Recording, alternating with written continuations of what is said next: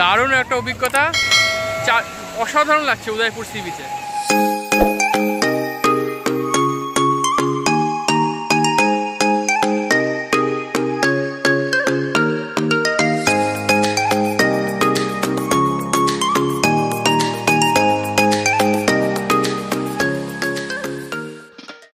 ঘড়িতে বাজে তখন 7:30।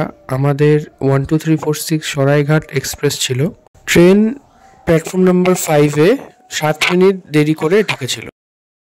আমাদের হাওড়া পৌঁছানোর কথা ছিল ভোর 5:30, কিন্তু ট্রেন আমাদের বিফোর টাইমে 5টার সময় কিন্তু হাওড়ায় পৌঁছে দিয়েছিল।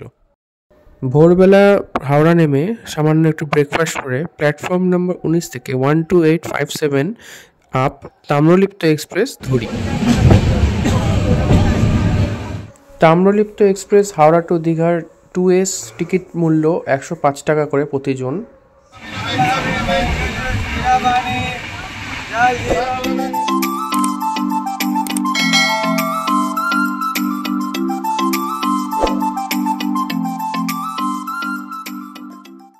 তো আমরা এখন চলে আসলাম রামনগর স্টেশনের সামনে। দেখতেই পাচ্ছ রামনগরে দাঁড়িয়ে আছে ট্রেন, আর মাত্র 10 মিনিটের অপেক্ষা। তো আমরা পৌঁছে যাব দীঘা স্টেশনে। 2000 years later 30 মিনিট ট্রেন ডিলের কারণে আমরা 11টা নাগাদ পৌঁছে গেলাম দীঘা স্টেশনে। দীঘা স্টেশন থেকে বেরিয়ে কিন্তু তোমরা অনেক টোটো দেখতে পাবে। সেখান থেকে টোটো নিয়েই কিন্তু আমরা আমাদের যে সরকারি হলিডে হোম বুক করা ছিল সেখানে আমরা গিয়েছিলাম। তখন বাজে দুপুর 12:30। আমরা শেষমেশ বহু প্রতীক্ষার পর দীঘার সুন্দর বিচ দেখতে পেলাম, আর দেখে মন জুড়িয়ে গেল জাস্ট। এখন আমরা লাঞ্চ করব, দেখি কোথায় লাঞ্চ করলে ভালো হয়। আমি এখানে দেখলাম সবাই বললো নিমন্ত্রণ হোটেল বলে যে আছে, এখানে লাঞ্চ করাটা খুব মনে হলো ভালো হবে, আর খাওয়া দাওয়া খুব ভালো শুনেছি। তো এখন দেখা যাক। নিমন্ত্রণ হোটেল কিন্তু একদম তোমাদের নিউ দীঘা বিচের সামনেই পড়বে, আর এখানে তোমরা বিভিন্ন ভ্যারাইটিসের খাবার তোমরা পেয়ে যাবে। বিরিয়ানি থেকে শুরু করে fried rice, chilli chicken, veg, continental সব কিছুই কিন্তু এখানে অ্যাভেলেবেল আছে। নিমন্ত্রণ হোটেলে আমরা ভেজ থালি নিয়েছিলাম আর এগ থালি নিয়েছিলাম, যার মূল্য 80 রুপিস আর 120 রুপিস।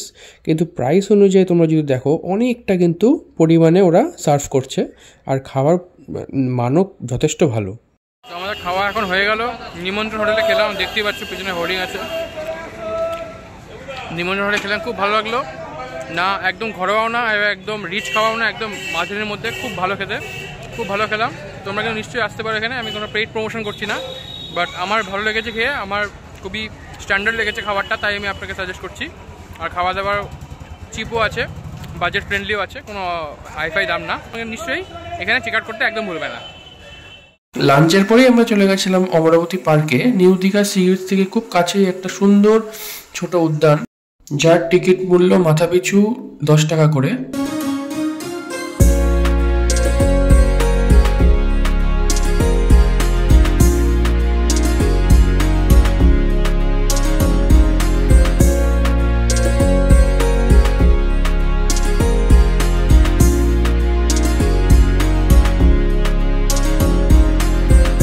পার্কে এসেছি, এখানে একটু বোটিং করব। আমার বোটিং করার খুব শখ, ইচ্ছাও, আর এখানে খুব সুন্দর লাগছে দেখে। এই যে দেখতেই পাচ্ছ, এটা হচ্ছে রেড চার্টটা, ভালো করে একটা স্ক্রিনশট নিয়ে নাও। এই বোটগুলো দেখতে পাচ্ছেন যে এই বোটগুলোতেই আমাদের বোটিং হবে। তো দেখে নাও আমরা কোন বোটটা নিয়ে এখন দেখি, তারপর আমরা ওই দিক থেকে ঘুরে আসবো। দেখো সাবধানে, হ্যাঁ, আগে মাদেরকে বসাতা।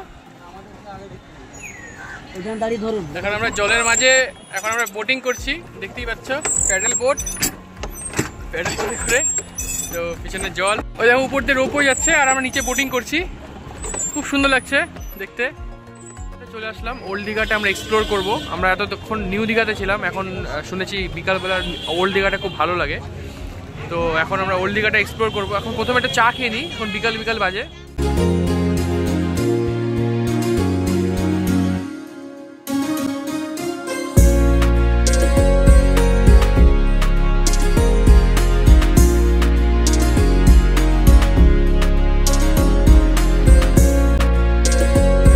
রাস্তায় হাঁটছি, খুবই ভালো লাগছে হাঁটতে। আর এদিকে কিন্তু খুবই কাজুর প্রচলনটা অনেক বেশি, মানে কাজু অনেক বেশি পরিমাণে পাওয়া যাচ্ছে এখানে। দেখলাম এই অনেক কাজুর দোকান আছে। তোমরা যদি আমার পিছনেই দেখো, এখানে ন্যাশনাল কাজু বলে দোকান আছে। অনেক রকমের ড্রাই ফ্রুটসও এখানে পাওয়া যায় অ্যাকচুয়ালি। তো তোমরা কিন্তু যদি দীঘা আসো, কাজু কিন্তু একদম ভুলবে না। কাজু কিন্তু খুবই বিভিন্ন রকম দামের বিভিন্ন রকম কোয়ালিটির পাওয়া যাবে। তো দেখি আমরা যদি পছন্দ হয় তো নেব।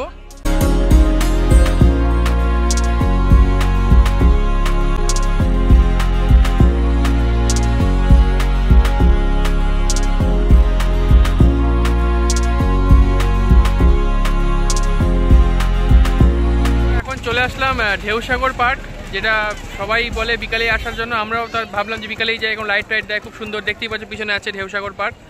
তো এটাই আমরা এখন এক্সপ্লোর করব।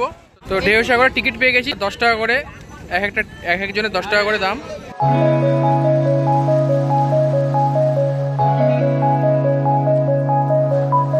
সুন্দর লাগছে দেখতে ঢেউসাগর পার্কের সামনে আমরা।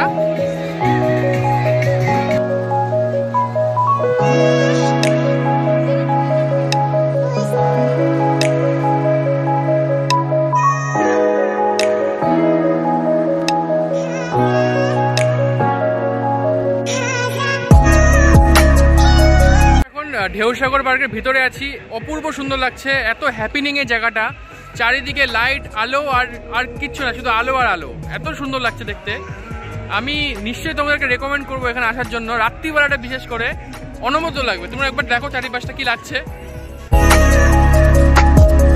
গুড মর্নিং এভরিওয়ান, এটা হচ্ছে পরের দিন সকাল, আমাদের দ্বিতীয় দিন আজকে। তো আজকে আমরা এখন 5টা বাজে ঘড়িতে। তো আমরা দেখতেই পাচ্ছ বাইরে অন্ধকার, পুরো অন্ধকার। তো এখন আমরা যাচ্ছি মোহনার যে সানরাইজ হয় সেটা আমরা এখন দেখতে যাচ্ছি।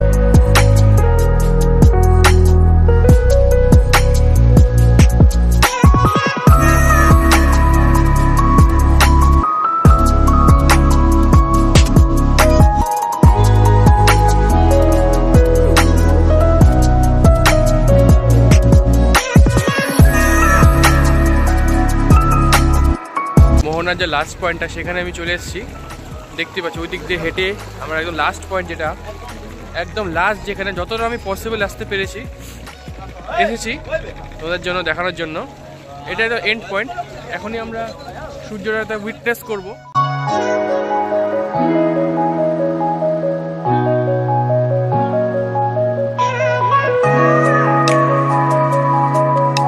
এখন আমরা চলে আসলাম উদয়পুর বিচের সামনে, দেখতেই পাচ্ছ পিছনে উদয়পুর বিচ। তো সেটাই আমরা এখন ঘুরে দেখবো কিরকম হয়।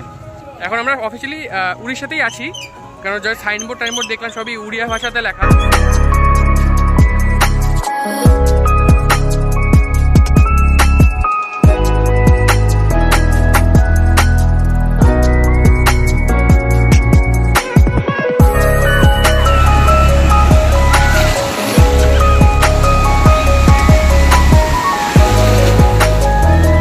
দারুণ একটা অভিজ্ঞতা, খুব সুন্দর, চারিপাশে দেখতে পাচ্ছ কত কালারফুল সব দিকে, আর একটা বড় ঢেউ আসছে, অসাধারণ লাগছে উদয়পুর সি বিচে।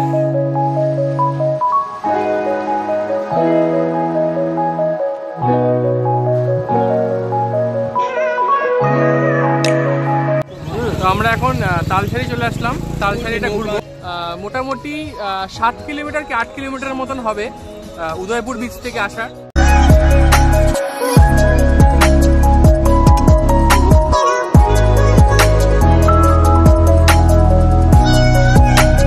তালসারি বিচে মানে আস্তে আস্তে আমি রেড ক্র্যাবের দেখা পেয়ে গেলাম।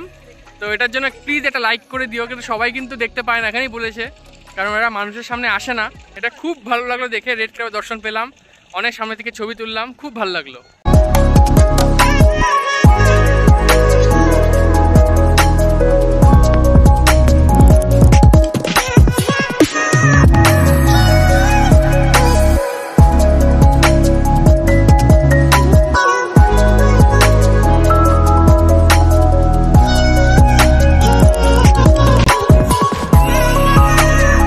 চন্দনেশ্বর মন্দিরের খুব কাছাকাছি এসেছি, যখন চন্দনেশ্বর মন্দিরটা ঢুকে দেখবো কেমন। আর জুতো তোমরা যে গাড়িতে আসবে সেই গাড়িতেই খুলে ঢুকবে, কারণ এখানে আবার 10 টাকা করে লাগে নিতে। তো আমি বলবো গাড়িতেই রেখে দিতে। তো নেমে তোমার দেখাচ্ছি কিরকম হয়।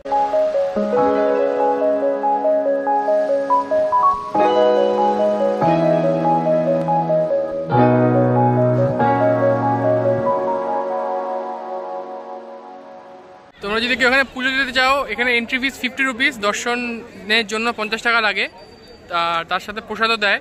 তো তো তোমরা যদি চাও এখানে পুজো এসে দিতে পারো। হ্যাঁ, আর এটুকুই বলবো, জুতোটাও সবসময় যে গাড়িতে এসো সেই গাড়িতে খুলে রাখবে, তাহলে তো 10 টাকা আরও এক্সট্রা তোমাদেরকে চার্জ দিতে হবে। আশা করি আমার সাথে সাথে তোমাদেরও এই ভিডিওর মাধ্যমে দীঘা ট্যুরটা খুব ভালো লেগেছে।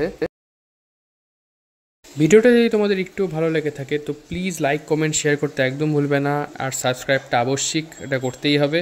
অসংখ্য ধন্যবাদ শেষ অবধি ভিডিওটা দেখার জন্য। তোমাদের সাথে দেখা হচ্ছে নতুন কোনো এক জায়গায় অন্য ভিডিওতে।